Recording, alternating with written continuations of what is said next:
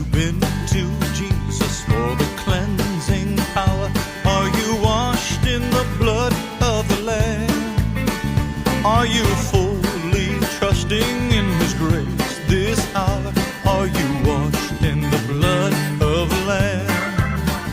Are you washed in the blood, in the soul cleansing blood of the Lamb? Are your garments spotless, are they white as snow? Are you washed in the blood of the Lamb? Are you washed in the blood, in the soul cleansing blood of the Lamb? Are your garments spotless, are they white as snow? Are you washed in the blood of the Lamb?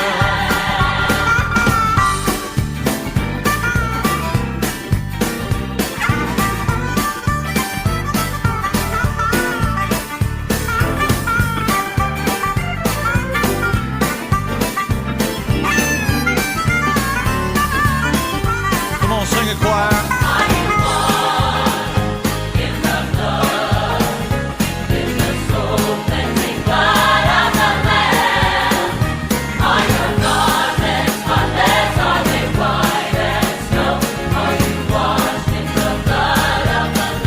Oh, yeah.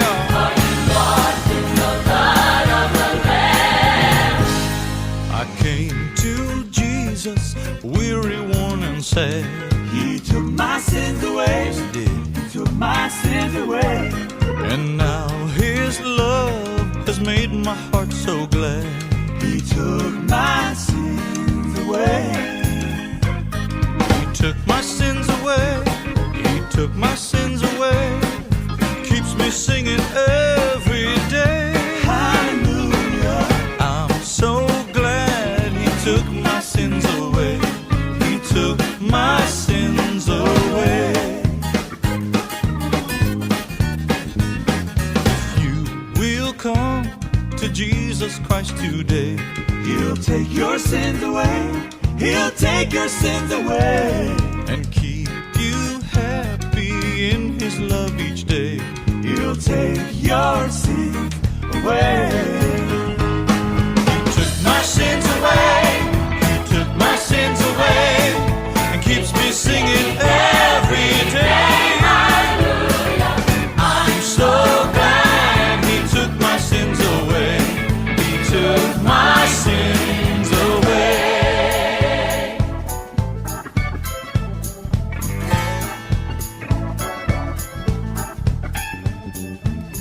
Fatalfata i le tātou atunu pere o Samoa, a me soi paanga o tātou proklama the word at work.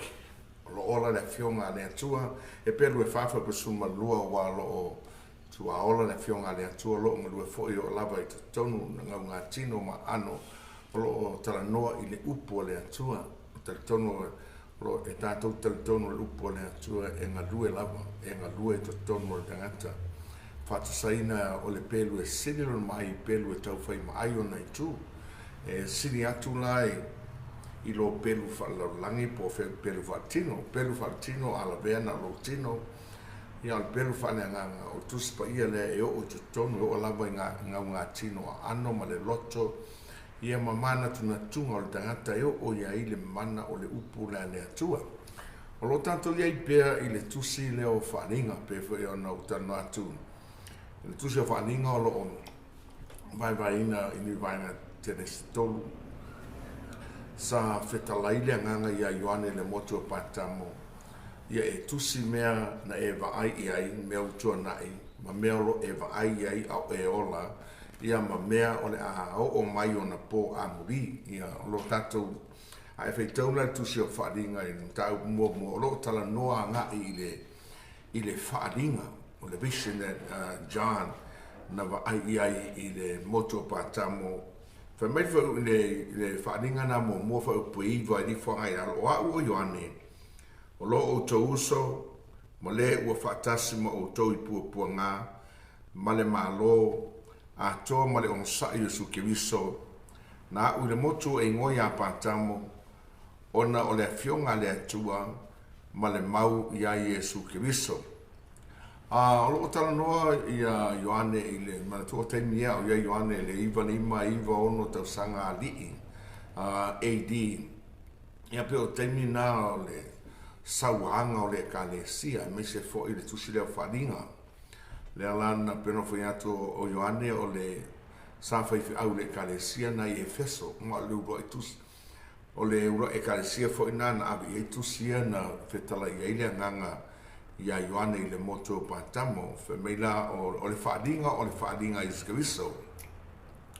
I whai buas fulo le whaadinga le mua na ou i le nganga i le aso le rii na ou whaalongo i lea i o utua i le leo tele pe o sepu o whaapea mai o le alefa ma le o meka o le mua ma le muni i le malea o mea e te ai ia e tusi i se tusi o mea e te ai ia e tusi se tusi, ma batu e kalesia o Iasia, o Efeso, Semurana, Perokamo, Tuatira, Saratesa, Philadelphia, Malatakea.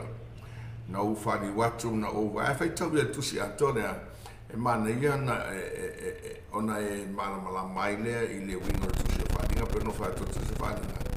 E tō te whaitangata i le fia iai e fai tau iai, ma ia te fai tio fo i wa tu se e fai ngata ia se me fai ndai le atua e so mai le atua o foi o pula o te fa ta waino o fa ni mo fa upo to o no ia fa amu ia ngale atua fai amu ia le fai tau so stanga te fai tau ina tu se le ma study read and study le tu fa ni na o ia le fa amu ia ngale mi no ia no winga le fa tai e fia Emanuia. So Emanuia la tangata e whai tau le tusi o wharinga. Lua.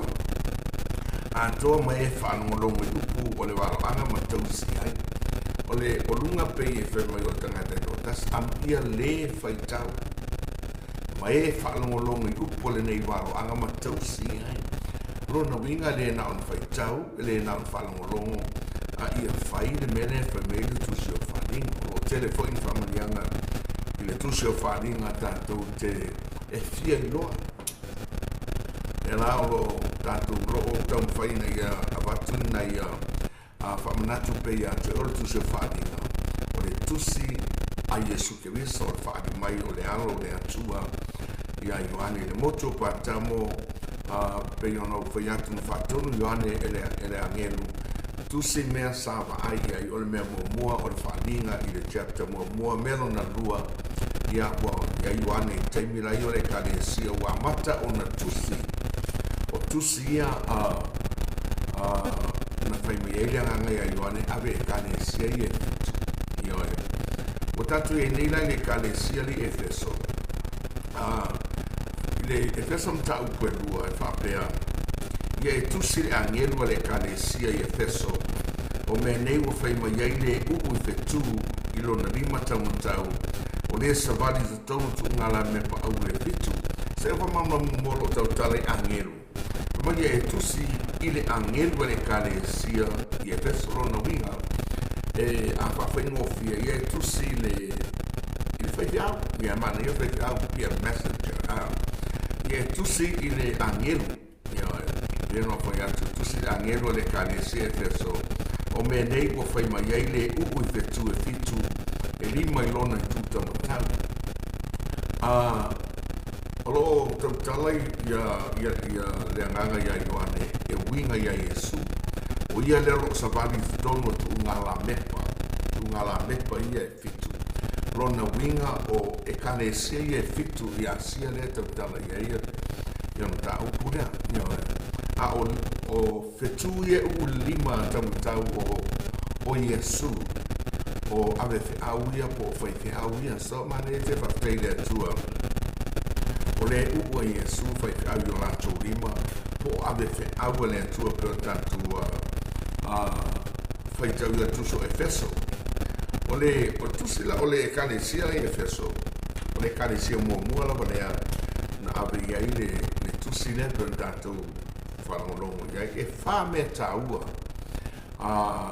e ao ina iai tonu o le kalesia tatou mafaufaula o le kalesia i Efeso tau o le au apos Apostolic Church o pia lua e kalesia lea na mua commendation fa malo o le fa malo a Yesu Kiriso i le kalesia e feso lea au foi tau inatu e manei fa upe lua e o fa upe tolu o lua ngā luenga malo tinga malo ono sai ina ua e lavatia e ua leanga o e tofu fo'i e ua fai mai o apostolo i lātou aile ai lama ua e iloa fo'i o tangata pelo i lātou ma ua e lavatia ua ia te oe fo'i le on sai ua tau ti ngā ono o lo ingoa e te le whaawaiwai lama o le whaamalo, it is a commendation from God about the church in Ephesus o le whaaftailai le atua e mua lana whaamalo i le kalesia i Efeso ona o le lato on sai ai mai se lava me o false teachers whai a onga pepelo ma io e mua whaftai le atua le ina e le o tua whaftai whapena fo i o tatonu a whai o oelo e whai whia me iau te loa a wape e se mai se tusi mai le langi a wape o lasi le whainga ruenga o i person whai whia au pensalo a sen se tusia ale atua ia lasi ia whaftai whamalosi whaftai whoinga lue mewa pena e mua ona whamalo ia i le atua i le kalesia pe fo la leo tato wa mai nei le kalesia e feso i le mata upu e lua whalinga fa mua e o ue e fitu mea so whaftai le atua o te noa so se kalesia o loo whawhetai mai ia i le atua po alava mea loo tato whaia mo le atua e le ngata o le kalesia a o tangata te kotasa o te noa o loo tusi whawhetai mai ia Pirano foi atu e fai tau le feso rua fai upe rua ma tolu o le whawhetai ma le whamalo a le ali o Yesu Kiriso ona o le kalisi e feso ia e pe o le kale feso melo na lua o le condemnation ia ua whaasea la le atu e le kalisi e feso whaasea le atu e le kalisi e feso o fai tau te fai upe wha o le feso o le whalinga le lua whafonga mai a wawa o iloa se mea ia te oe ona ua e tuua o lo ua e lofa. Whaftai nai le atua le ngata e whaftai mai tato kalesia. Ia ka o mai fo se mea whane ko ali tamas. Ia e whapeo e whafkai ako ia tamas. Ia ai munuanga ia la whai atu fo ia tamas se mea whane tau. Nai whaftai nai le atua e le ngata e whaftai mai ai tato. Ai le o tuua i nalo le whaailoa mai ma tau mai. Ia i tātou, le tātou e kalesia po au fo. Ia e wapela, ia lewa umana whaftai atu i le kalesia i o i pela sane a pastalasi, whamalo lasi, a paua len me lasi, whai meidole anganga ia i feso. Paula mea i feso whane tonu.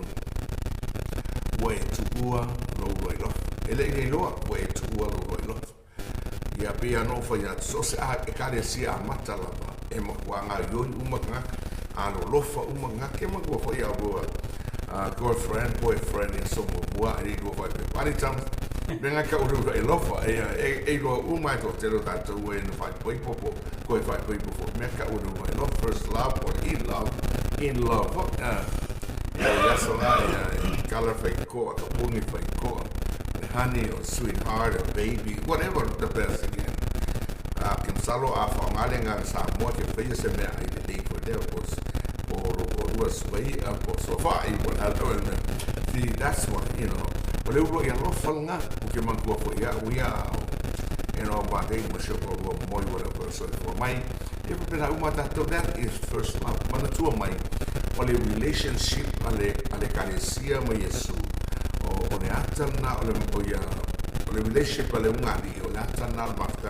Yesu malana e kalesia so whaktaila wata umai ua le ua whakana ko i tato salo te la umari e umarua le umare hani mune o le masina mua e a prokaleisi ko inga e o hani mune ko i mai e o leisi hani koe a le mune o mai marungani so wamaka nisi pe koru masinga o le koe e a wamaka kai kasea matala whaito ma kua koe o le koe wala kua hani au ua umua langa po ua tau koe le ingoa Papenala mene utupu le kalesia mana tua o le tua le ua ilofa le se mea a makalor ka se fa no from generation to generation pe ko out generation na ku ni we na mata mai lo pe kosa sa mo ku ia pislo sa excited ko inga mo ia ko sa wa le api ka ko wa ia ku wa makanga fa pengala le kale si le so se kale si la yo foi menga te lo tuai la mataina lo tuna te lo tuai yo mo popo fo so re nga yo manga ka yo ole honeymoon yo foi va mar fe honeymoon no so se fe au fo mai e ia ke me ka honeymoon e kai mi mo sa pai o le kale sia mo aleluia ia wal fo whatever ia wa maka nga ke no so fa nga ke lo me ia fa nga fo le kale sia fe ia leile a ia fa penga e fa penala le kale sia e fes le kale sia fes le kale sia fa le kale sia apostol le kale sia nga lofa le sia pengo fo ia tu ia wa tu pula saula ia wo lava ina wo pisi tele pa pena foi la temi neu tatu iai ia pa pena foi kemi ngā ka tatu tal no ina foi le kale sia lau takaia kei muko ngai tatu tal no foi iai o le atal nao e kale sia temi nei mal mea foi nai o iai e le ai lava se kale sia maru sipe le amatanga o le atal a le wa peno foi atu o e kale sia ia fitu e leo na paule o kale sia o iasia o just a little part of Asia Minor le ia kalesia fe la kaila ai o kalesia uma ia fitu o fifidia ona e tofu le kalesia ma le fe out every church has a message from then until day for every church o le fe au la mo tatou le kalesia mai e feso le o ta uma ia e tatou o le kalesia faolaina ia o lo bueno que lo kale singi aso po fe e lo bueno e pe a mo ngali e lo lo sa pe uma kausanga ia unisi ele uma kausanga wa makan kafe a lo bueno wa kausanga wa e fa pena le ia te salo uma se furu fa tele tu o isi su kausanga lo furu fa furu ia os foi fa po o le kele yo mau wala dia lunga keke be osfu nga pa do keke ia mo le ofu be lu hafe kala tau se le ya le vai so I'm kape le uma cosa o te sauta no fo ese fa poi ponga si mari no fa poi I luma livi room mato fan le ka o koda ngari adu ngari ia ko amri o ngia sion ko mo salpo ko sun ko sanga ko nga fo ponga la manga ia le keke ko le fo inga inga o ia ngal mea fa ko fa le kalo ya no malo ya ami ya ai lo minga la tala o le malo se fa po ponga ele o keke ele o tupe le telefono there's no power in those activities or those incidents can hold the ngari pa lava mea o le mana so fa taila ile atua wa ta umaya e peso le meu tu ya wa te loa o le mere because sitting ka e o fo nyaso nei ta ko karesia o te loa na ko si sila fa te au te lo karesia wa mata ona pisi me o le tino le alwen fa ya tu le me fa mai le proclama fa ya tu le proclama a wa mata o le tafile mo tu le lo fala le mana o ya ile tu ile karesia I efeso io a tato mana tua se fe au ta mai le kalise feso ya tato o le fe au o le uo e lofa o le almeta o le uo e lofa e te noi le teimi a te le fai poipo se yo o ina we fai poipo ma ua ngā solo e tua lo e lofa ia melo na toru la lea ua e au mai na tusi o whaadinga I e kale si e feso mo kale si uma am tato fo melo na toru o le memo mua o le whaamalo commendation na melo na lua o le condemnation no uio whaseale atua melo na toru council lona winga o le fautuanga la patainga I mea e ao ina whaia ia la whaitatu whaupelima o le mea mana o le atua le kalisi e feso e whai ia o kei loa po le afo e mea ngama o le atua lau kalisi pe a tonu lai ate o le ulo I lopo a se meo whane kongo lau kalisi e tofu ata atou le kalisi ma si meo o whane tau. A whai tatu na whau perima lea mea mana o ai lea tua i le kalesia e whai le kalesia e peso le nei. I e mana tua le mea na e pa u mai ai. Mai e Salamo, mai e whaia. Au ua i ngā ruenga a whaia le ai. Ona o pape anu watu le i a te oe. O te ave sela tu ngā la mepa i le mea tu ai. Pe a whai e te le Salamo. Mana ia le lapta inga le atua. Lapta inga fo i lea mo e mao as a person. Pe mai le atua le nganga i le kalesi e feso me mo mua i e Salamo. Salamo mena e pa ua. Ila me pa ua i le kalesi. O le unga la i lofa ua la tau tia ia le ua i lofa. Fa taina le atua fa sino mai. Fa sino mai le mea tauna whai. Ia toe fo i e atono o le whatununga po i lea mo so se kalesia. So se whawhia inga po so se aurotu fo whalongolongo mai. E te tauna tātou toe fo. Tātou Salamo, tātou whapeatu le atua. Le atua whamangalo mai mātou. Ua tele le bisi me whai. Aua mātou le sa iri le uro e lofa e toe lofa leisi leisi. Whapei ona e lofa mai ai mātou. E te tau foi o le mea mua le te tau. Ona whai o le uro e lofa. Ai whai tau foi le. O moko nito o mata kustu lua vai e tosu tasi. E li lua iwa tosu fotota. Whamei polo. I le kasi kore nito mea tau mea lofa. O te loto ni au tau nau. I mea lofa sili au te vasino atu i ate au tau. Le ala e sili lama. O sorelen ta ue suma tolu. O tuse konito whamei polo a whai o tau tana i ngana tangata. A toa ma angelu a leisa o lofa a leisa o ngā lona winga Samoa. E le ai a se au ngāo. A mei mea whai le kalesia. Pea o leisa o lofa. Langa o le alofa o le whaambae nao ngā ruenga le atua. Pe mai polo le tuse le kalesia Kolosemu. Kolosem ta upe tonu pa kusuma wha o le alofa e lau tua lea i mea uma. O le fusi lea toto le alofa. O le alofa fo i lea o mafua ina. Na whapai le kalesia wau le kalesia na whapai le atua. E whaasala lau wai le au le atua whaolatanga. A wau whapea lava na alofa mai o le atua. I le rolani. Mai la polo tusne ako nito. A o le alofa e ono sa i le alofa. Whapale pale le alofa i le whaitaita mo fie. E le to ine nisi le an. So on and on e. Me le tau o le alofa. Taida i le atufa. Mai la le leanga. Le anganga i le kalesia e kaso. A whai e te le Salamo. A whai te lusta i mele u fautu e nai oe. Te ave e sea lau tu ala repa. E ta lampstand no minga. O le kalesia. O le kalesia o tunga la mepa. O le kalesia i e le o la mepa nga. O le kalesia o le tunga la mepa. A o le mori nga o nga o le la mepa nga. Mai la ai le usta i la webe sea lau tu ala mepa. Runa winga nga ia nga kukua ia nga o le se. Wa a le se tunga la mepa. O le koe masala mepa. Mo mai la.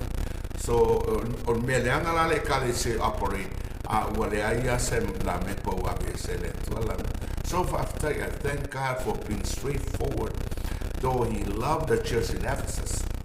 First thing, he congratulated the church in Ephesus. He commended the church in Ephesus. But then second thing, he tell him right straight what to the kalesia e Efeso. Le me fale ton, me lo tolu e what to male fo ni o tato. E anga ele ka uai o nga wa sweet talk lava, I let to wa is ka ko ngal fa kai am sweet talk ala I don't me count so sang e fi lava. But thank God ele nga tia la fa taile kalesia Efeso ele nga tia fo ilo na fa sa pe a yese mo fa le tonu ai wa mai fo I mal fatunga o le me fa yai po lo tonga fite fa yai. The solution to do it is to repent. Yes, mo wala makango le kalesia le pengo fa nga makanga lu rofa le wo mai vai kemingi wa avava ia tua ia wa pisi le kalesia Efeso a wa le ai se me nga fa vai mai ai o lu rofa ai o kupulanga ai ko inga malo makua o mandi wa kwa sa le kupulanga ia ke le fa ia ko la langi kupulanga para sa o chese sa ele ai lava se kalesia post denomination. If you look at Methodist in the very beginning, was a denomination established by John Wesley out of England Church. They believe in holiness. Or that's their message, holiness, you know. Ai warua ia lau ia pe whapena foi tātou pe kosu. So se lotu lama, eo foi le tātou lotu lama sa. Ia, so se lotu lama, tātou lo pe kosu, voi pinga malo si mai foi ve keimia. E le whai akula uia onga wapoka. No, whai ngāleo se mea, langa e le. So whaftaila le atua, ua tau mai le atua i le kale si e feso. Le mea te tauna whai. Whapena foi la tātou. Pe ngā fo ia u lo o langa whanenganga, wa ngā fo i lo langa. Tamas whanenganga, wa pe ngā fo i lo soifua. E tā ua tele le ola whapa ia ina ua o le atua i pa ia. E ta tau fo i na pa ia i tātou e whaola ina lo tangata o ia, tangata pa ia. E le ngā o ngaka ia ka ue, fo i mo St. John, ma St. Nefa ia whang, no. O so se tangata ua whaola ina e pa ia tangata whai. Mai tu se whai salamo, precious in the eyes of the Lord is the death of his saints. So skanga kala wala. E le va pe se longa St. Thomas e fai longa e so ma no. Pero singa me wo ngumi en mali tam wo kele mau senia especially e kanga. Ai so stangata fa leina o le tangata pa ia is saints. So tatu na pe tatu o le me muri na me fai me ali i Thomas o le look the challenge or the promise of to the church in Ephesus. Ya de la mo wen foi upunga ile mata upunga foi ko se fulu male tas amene I fitu ile foi po fitu la foi tawina tula le promise there por forlanga ile kalesia Efeso. O le wa yai taninga ina faalunga mai o ia I mea o feta lai mai ai le nganga I kalesia. O le manu malo o te avatua ia tia ai la au o le ola o I to tonu o le parateiso o le atua. Sei, wai la o tau e uina whai, e uina e eina I whale tonu o le kalesia I Efeso. A le te whafonga mai, mea mua na whawhetai le atua I le kalesia Efeso, I le Efeso e lua whaupu e lua whaupu e tolu, lona lua, condemnation por fasea I le whaupu e wha o le Efeso lava o le whaalinga e lua, whaalinga e lua whaupu e lima, ia ua whautua mai ai le atua I le mea tauna whai. Ia o le whaalinga e lua whaupu e fitu, ia ua lui mai ai le kalesia le Efeso ka ngaka o lo ola, ia mafola folanga a whai e manu malo. Mangia le sila koe whetauna whaupu ngā fitu. O le wa yei talinga ina whaalongo mai o ia I le mea ua wheta lai mai ai le anganga I kalesia. O le manu malo o te watua ia teia I le la au o le ola I te tono perateiso. O le atua ia o le mea lava lea wheta lai le anganga I kalesia o le wa yei talinga. I o se whia le akua e o tātou talinga. Tō tele o tangata o na i kaninga au ke lo marisko inga. Ia e kaninga ane pupu. You listen but you don't hear what God is saying.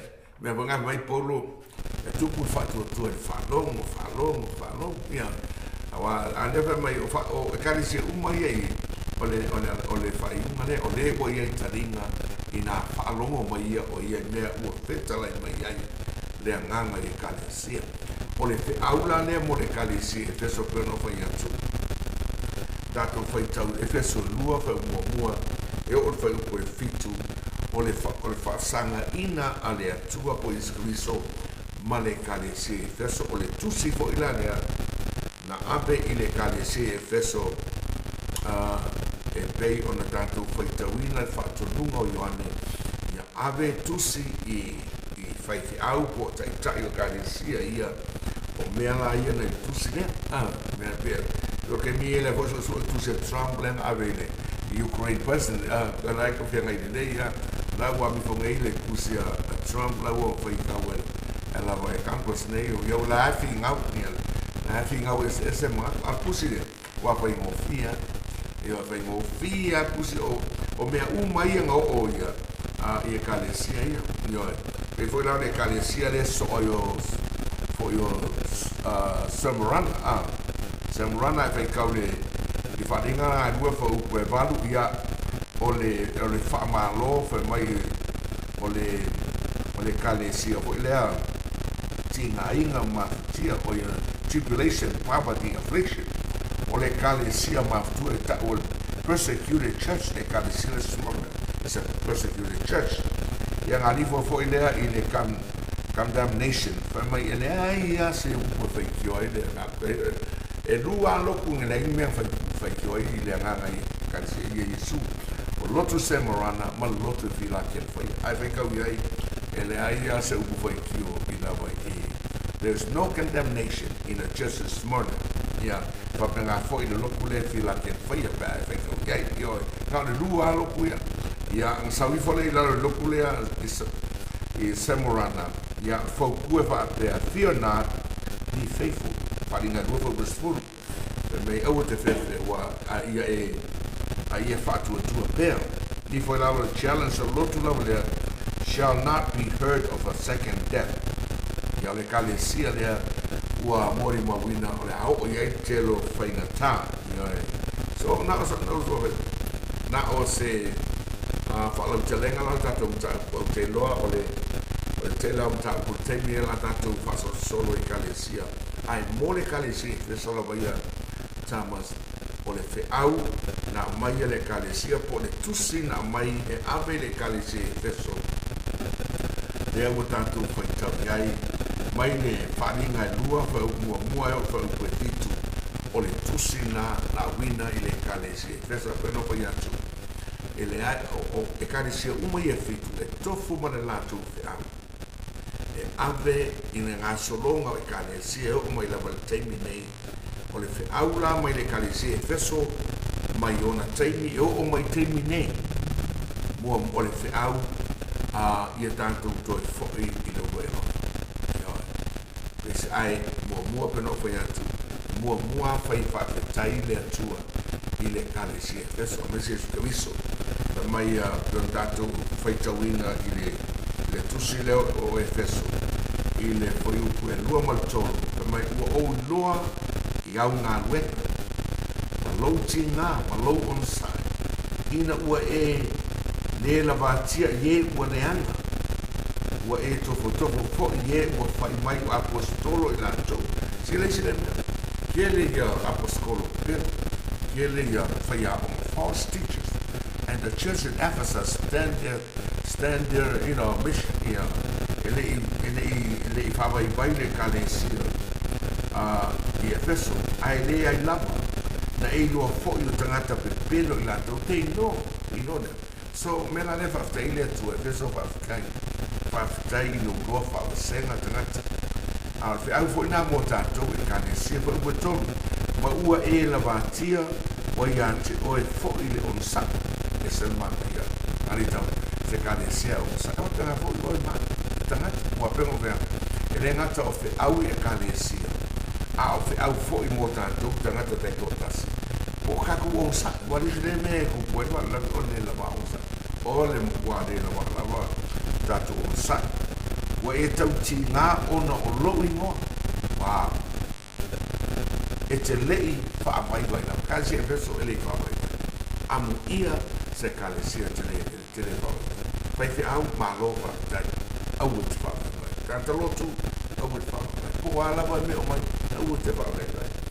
Ai po o fo Yesu la ko ko la ko ka mo. Kero le e mem na o te satani tam. Na o su vai o e fo fo ina.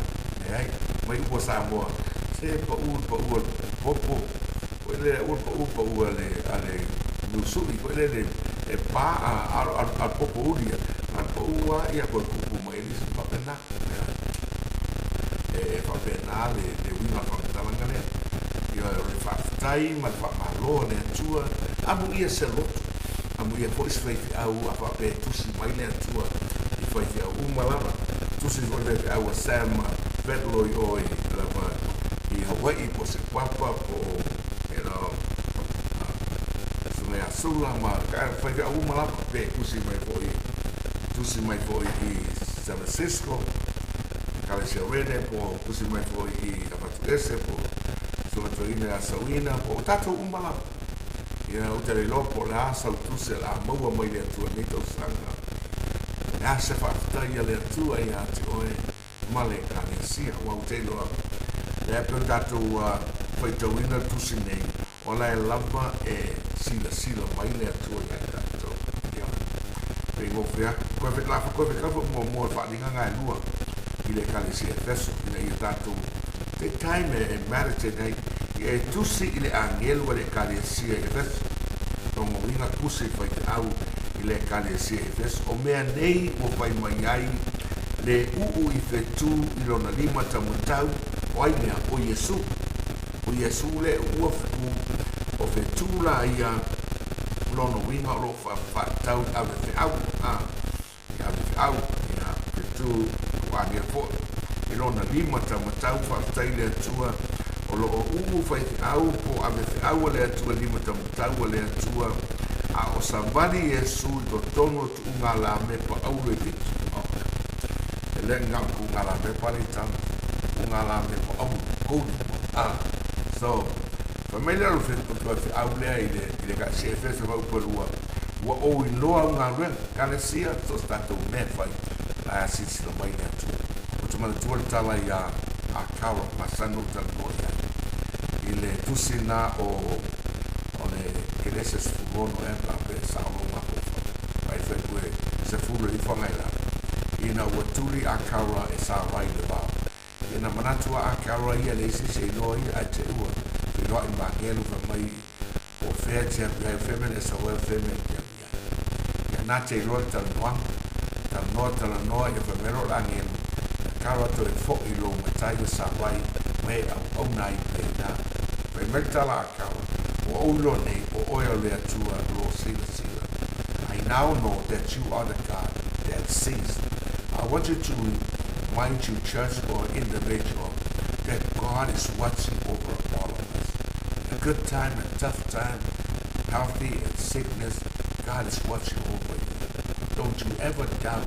You know, I always think Thomas GPS if I'm got one for so perfect like that. Eu faca com nome e nome lá mesmo.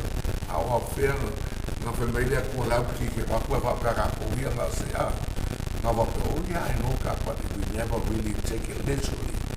Literally, God is watching over all of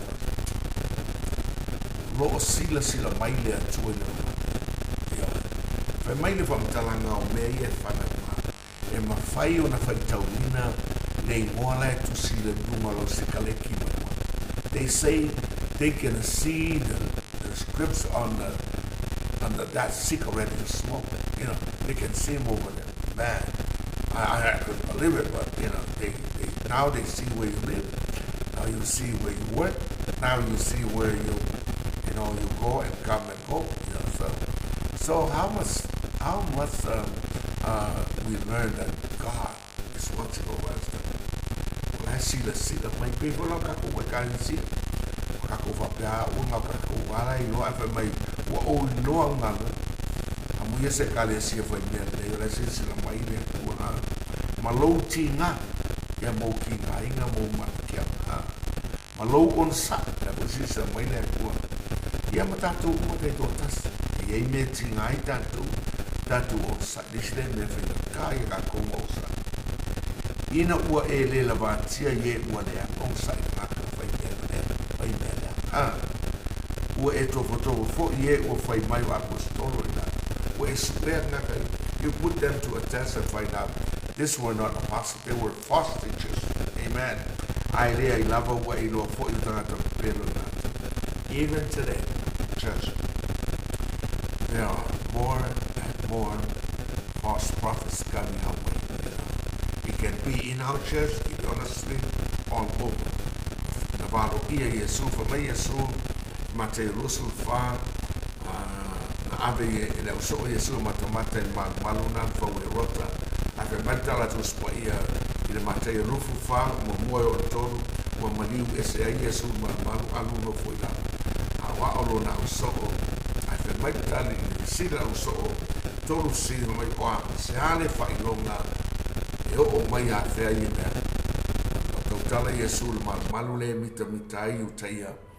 Mai Yesu mai la so solo i lalo e le to te se si ma ai lo se si ma na fa ta uina le va anga i le tau sanga fits fulu tau sanga ali AD General Titus under Nero solo i lalo le malu le fa ta uina ai fa mai la i tangata Yesu la so o a fea fa ta uina ai me sas fa longa o lo fio mai ma le aso ngata anga e mai Yesu ele au mai Yesu ele tali mai Yesu le mea ai pa o meu te lo wata tu te lo il Mateo na lusu fa upe e tors fulono o le aso le lo stas le aso mo le tos na tu te lo ai mai Yesu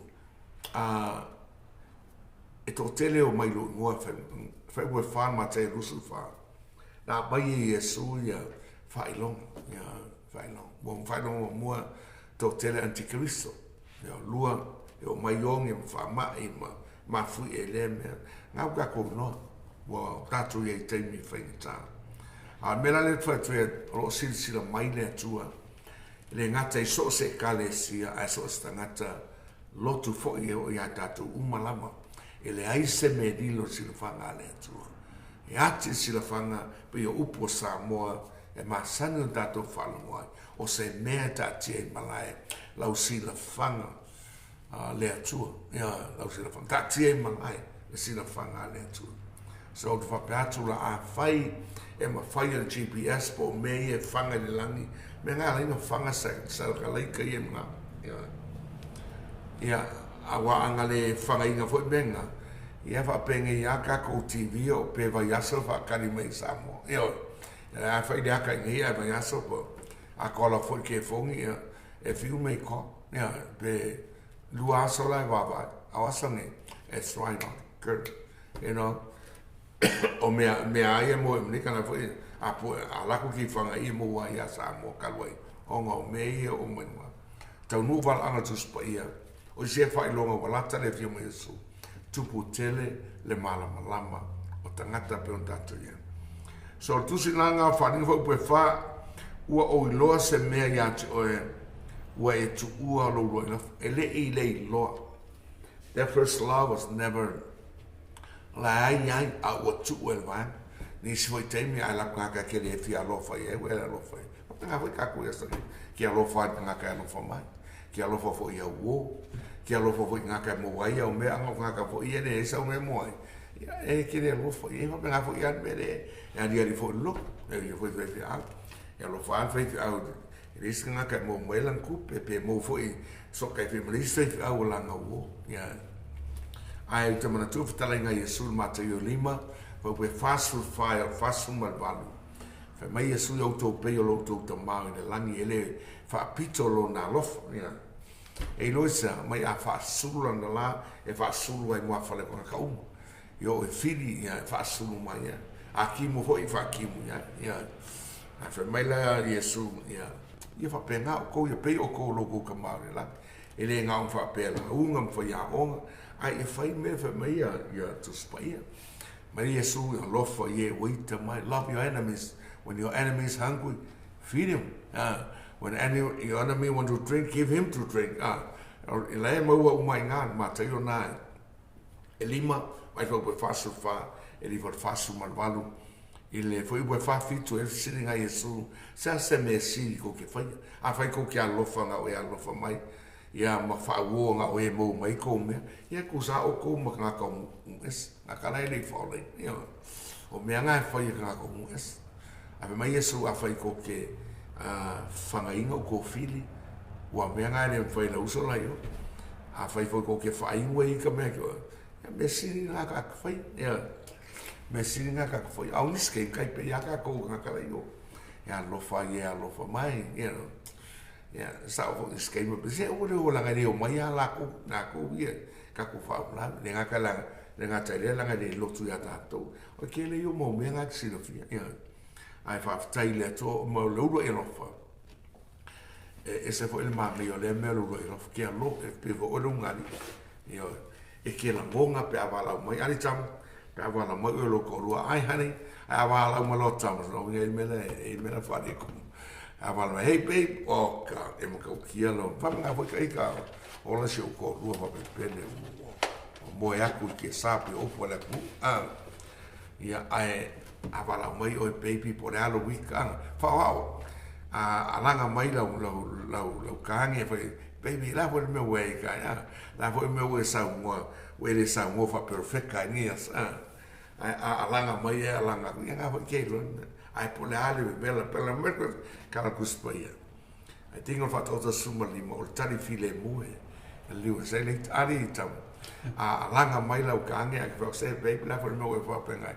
ka fiska me ai e va venir su vai ai sa langa lu punga ne ku mai le tu e se lupo luatro mutu le fo ifua it does and serve its purpose the word of God accomplishes its purpose pero na tal no mai se lima fa busfulu fa mai pe o le ua markiona to ulu o le aisa male ki mo ko ulu mai ni le ko fo i langi o laila au vaso su accomplish its purpose le winga nga mai le mai e nga ka ko we mai nga fo ila so the water serves its purpose. So as the word that comes out of my mouth with upasumatas. Or Isaiah 90 Isaiah 55 verse 11. So as the word it connects for upuelu. So as the word that comes out of my mouth will not return void. Fire serve its purpose. That's all right. Will serve purpose or let I believe anytime that you speak the word of God, preach or teach or witness, that word comes out of your mouth. It's no longer your mouth, it's God's mouth. God uses your mouth to declare His glory. I know, I feel it's no longer my mouth. My mouth has been used for the glory of God to connect His word. Amen. Amen. So, may na ele ko fo mai po le tua e fai al me ma foi la una mai manuia fo in me o te awina se la pete tadia la Yesu tadia lu po le tua pele I will serve out the po le tua ele mai ke mo mai le tu so ala ba church nome ala ba e siro la le po le tua so I think I can go because for right for anyway, I say for here now they like I say here pass away for amen. So I upole tu mai te ta waru langi pe ka waru sam e su e mai le upole ole ai no anga o le mutu au malo fonga mai le atua lava e fa so ka ia me foi lá em campus ia o le upu because we connect the will of God by speaking. If we don't speak, if we don't speak, speak be tu si pole anda. Elema fayo na yo no langi le fina ngalo le atu. I was on the street today, checking my sign, remember our sign on the trees, and when I came out today, because 2 nights I left my sign outside, so I could sign the kid, but I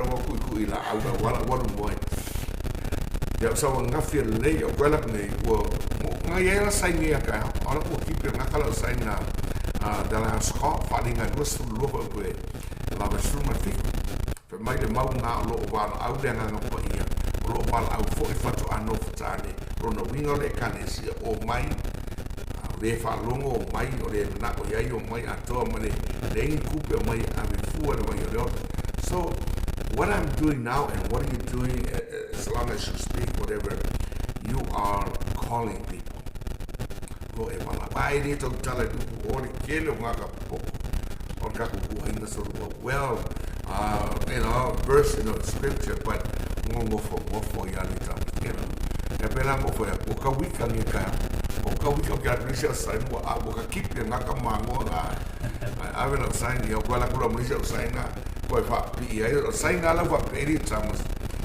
killing baby brings wrath of God in America.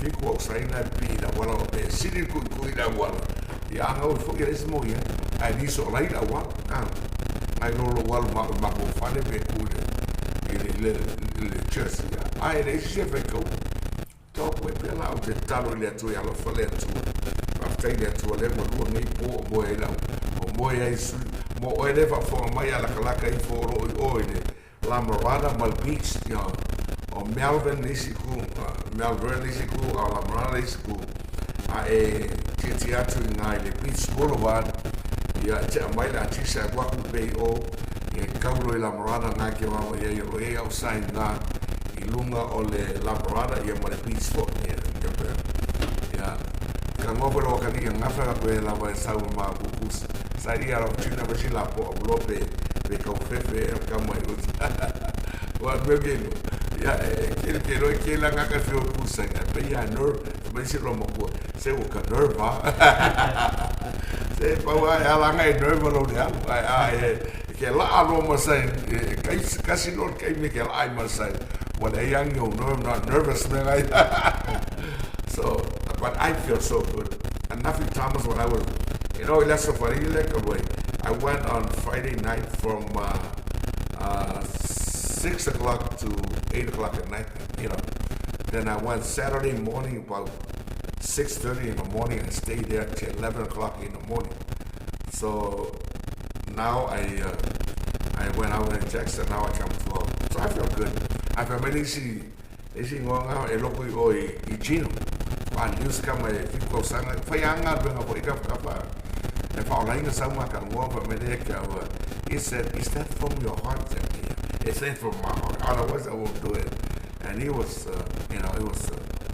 he thanked me. But, it's good. I am referred to a film on that too. Or Layo Yante Oikosha. Layate Oile film on that too. Velano Tanma to Ole. To see there, Fadingam Taupo, there were Mataneo Natato or Imena, Payane Ao.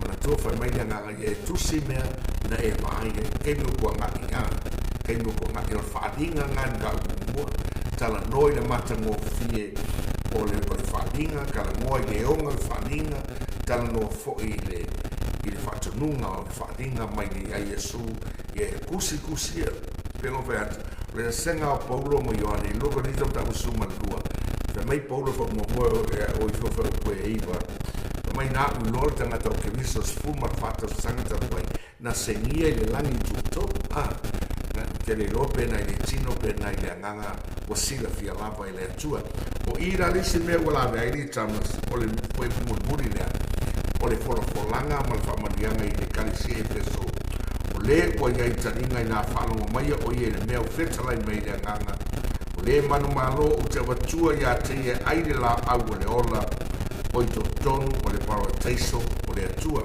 ia fasili la fe paroteiso ia ngako ke lo paroteiso sa i etena mena mo fio etena mele lo lang ala la wa ave lang ave taula le i le lua konito mta ko suma lua foi tau foi o ko fa well I think of a follow tau mai ai o le langi tu to wa mele no vai Paulo i lo konito mta ko suma lua na va ia e Paulo le langi tu to ma fa longo i mea le mata ua no na winga ele fa tonu ne Paulo ele atua Paulo tusi mena vai ai Ioane o fa tonu e Yesu Cristo ia tusi mena eva ai leo eva ai ma mea o le au o mai a mui so au te vivia la pa mai e fa upulea o le manu malo te watua ia te ai le la au o le ola o to tonu o le parataiso o le atua le ala ko parataiso a pe kaula lule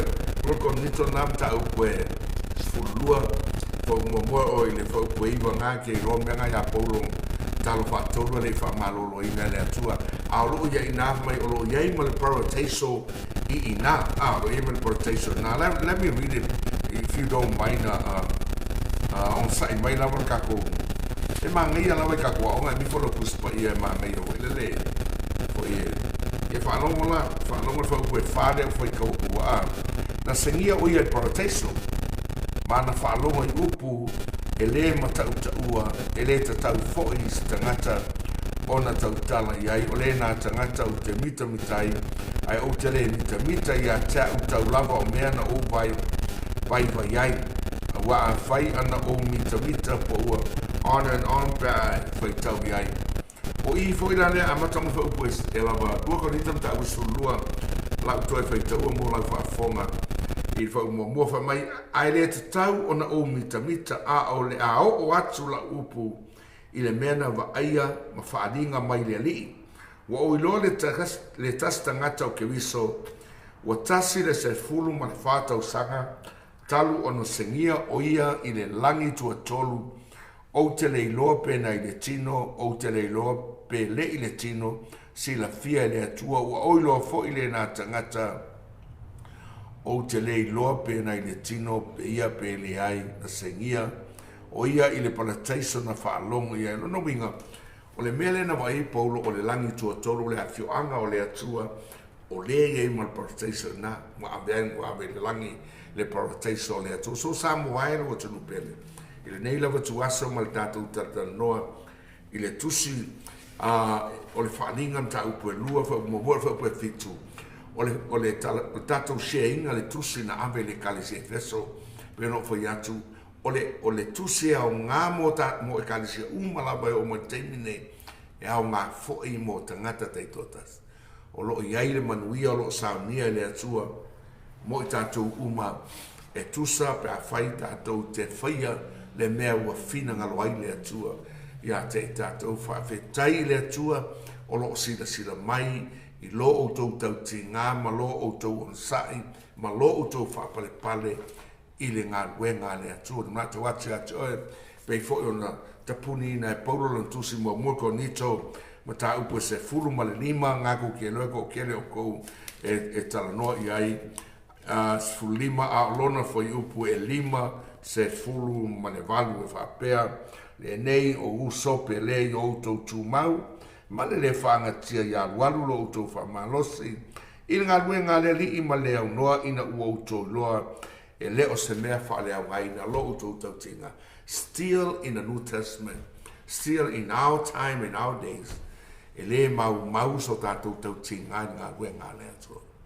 e le ai o le lalolangi la tau ia e ia mea lusi le fo I mea kongi a o le atua e o ai se puvai wha mai Yesu ele e o ai se puvai ele mau whana inga alu ia mai fuai puvai a o le atua le ai e ia lun tau e wha manuia o le atua pe a vea se puvai o no suafo Yesu o no tātou proklama o le the word at work le upu le atua ne le upu le tangata o le upu le atua lo ola lo ngalue fo ia o mai taimi nei o lo ngalue lama a uma fo nei proklama o te talitonu o lo ngalue pea le upu le atua samuai a fai o e whafonga mai po fea lava o le langi o e iai o e whafonga ina le upu le atua e le o le ave fe au a le fe au te whalongolongo iai o le upu le atua ia a fai foi e tele Italia e so fai mori in fa o wana monia e tatau ana fai sau filfilinga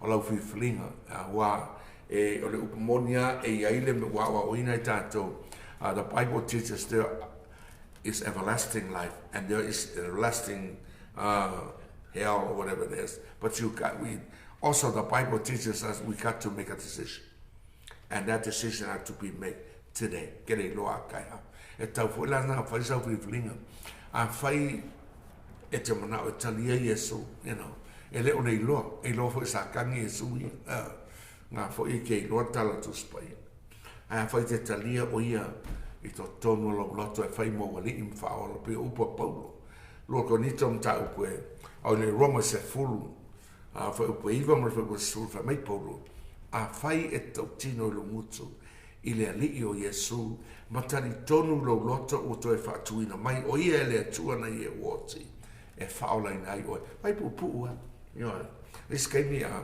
fai kala fai au e fiu whakari wa pe kalo mai munu mai upu se mea a ume a vai kuspai pupua Roma sfuru wa upu e iwa Roma sfuru me upu iwa a fai e tau tino lo mutu I le alii o Yesu ma tali tonu lo loto whaatuina mai o ia le atua na I e woti e whaolai nai lau siri awa e talitonu na maliu Iesu mo wangsa.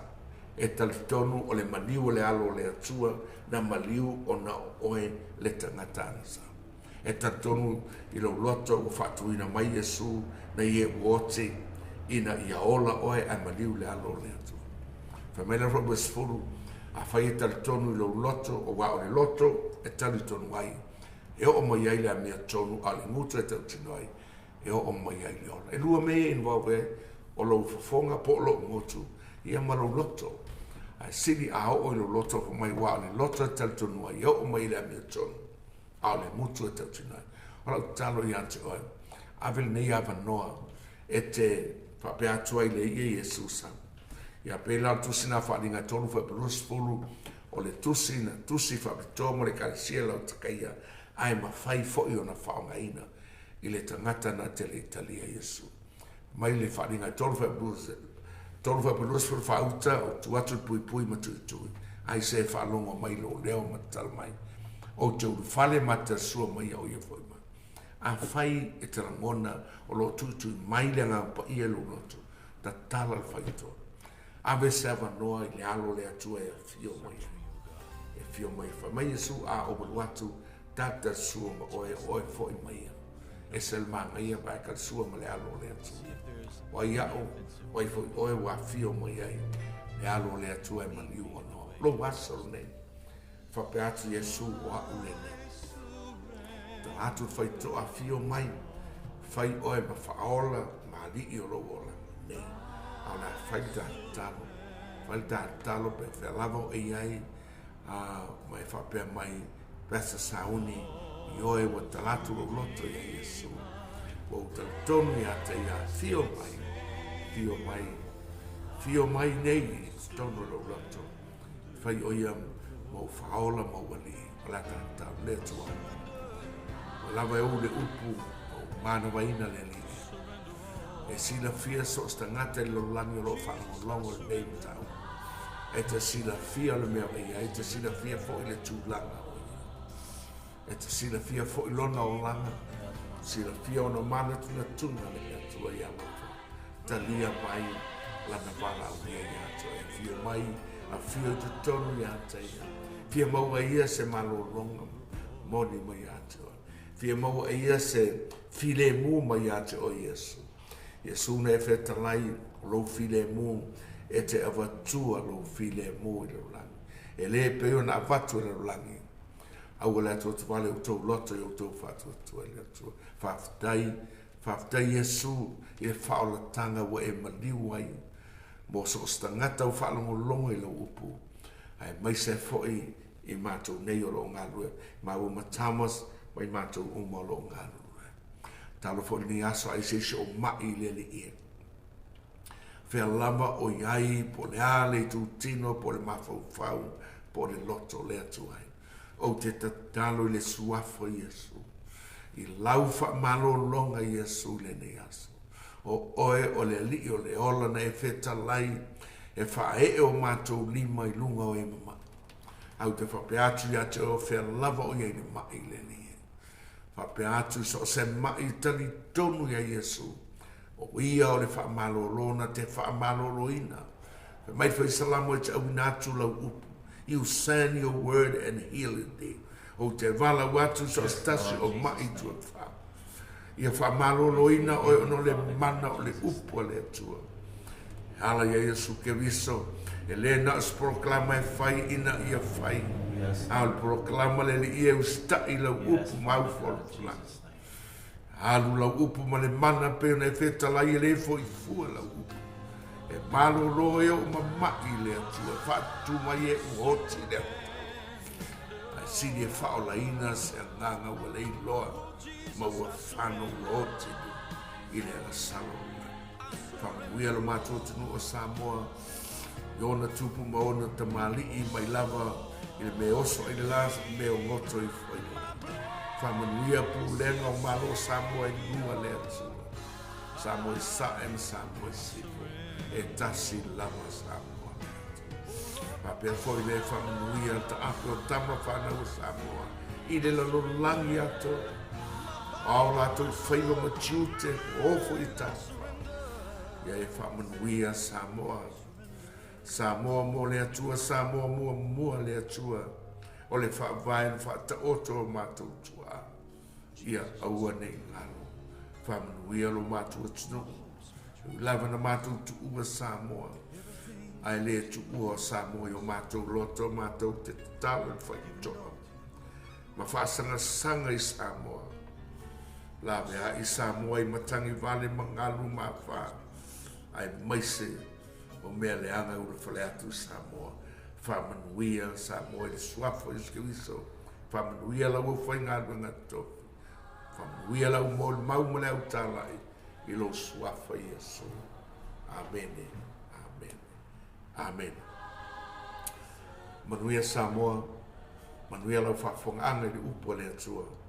Tatou tatono fatasi o mamana ta fetoto utawala ayanga le talia le upo le atua male fia yo tofi ngalo moto sauni tutalau o swafo Yesu ato male sunga ya tamas nsani ai mo yale lo fa ngalo yo amen.